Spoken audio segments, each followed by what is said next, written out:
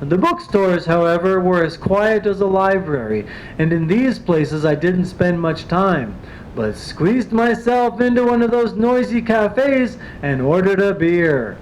While sitting there watching the people around me, I decided that having no self was as bad, if not worse, than having a self, because once beyond the self, man was just as likely to come across the unlivable nothingness as he was a marvelous, unnameable something, as I first seemed to do. Okay, I didn't quite get that. Anyway, we'll have to go back on that.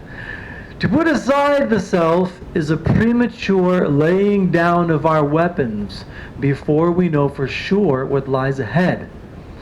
It's all an insane risk. Without a self, man is totally vulnerable to the winds of chance, bode they good or ill. Looking at the young people around me, I was glad they had a self.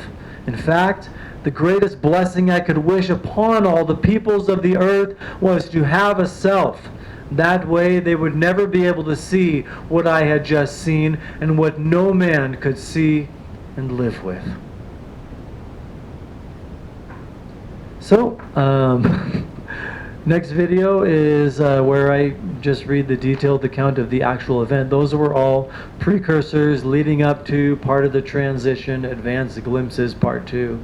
And next we get to the event itself. See you soon.